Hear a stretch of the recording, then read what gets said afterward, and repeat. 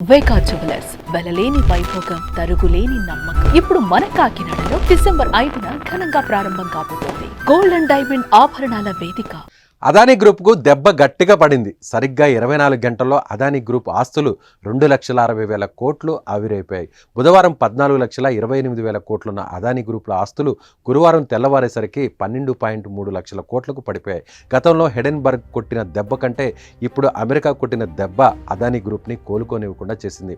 Hindenburg గాయాల నుంచి బయటపడుతున్న తరుణంలో గౌతమ్ అదానీ సహా మరో 7 మంది పైన అమెరికాలో అరెస్ట్ వారెంట్ నమోదవడమే ఇందుకు కారణం. ఇంతకీ వీళ్లపైన కేసు ఎందుకు నమోదు చేశారు, అరెస్ట్ వారెంట్ ఎందుకు ఇచ్చారో ఓసారి ఈ స్టోరీలో చూద్దాం.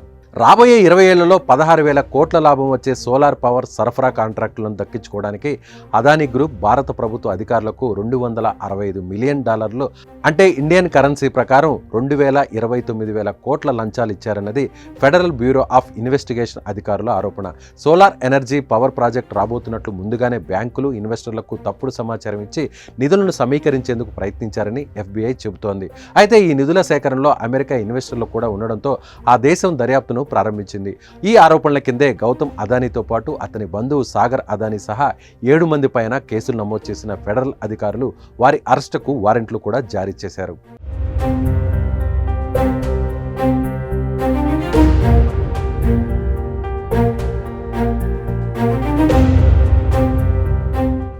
అదానీ గ్రీన్ ఎనర్జీలో అక్రమ మార్గాల ద్వారా ఆ కంపెనీ $3,000 పైగా రుణాలు, బాండ్లను సేకరించిందని న్యూయార్క్ ప్రాసిక్యూటర్లు అభియోగాలు మోపారు.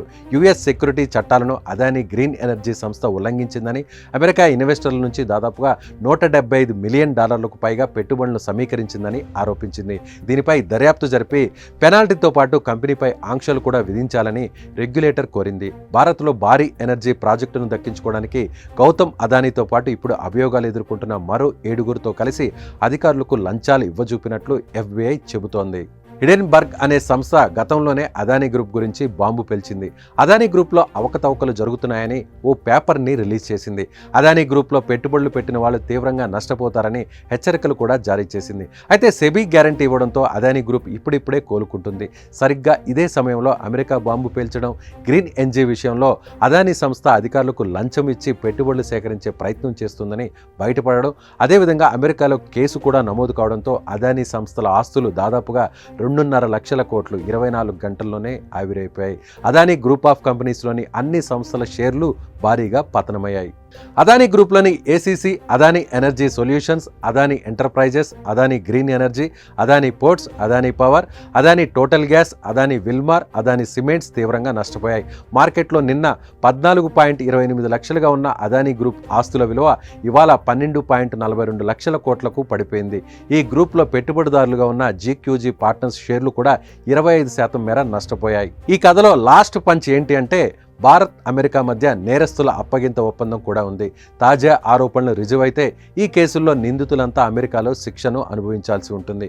ఇప్పటికైతే అదానీ పైన అరెస్ట్ వారెంట్ జారీ అయింది. అప్పగింతల విషయంలో భారత ప్రభుత్వం ఎలా స్పందిస్తుందన్నది ఆసక్తికరంగా మారింది.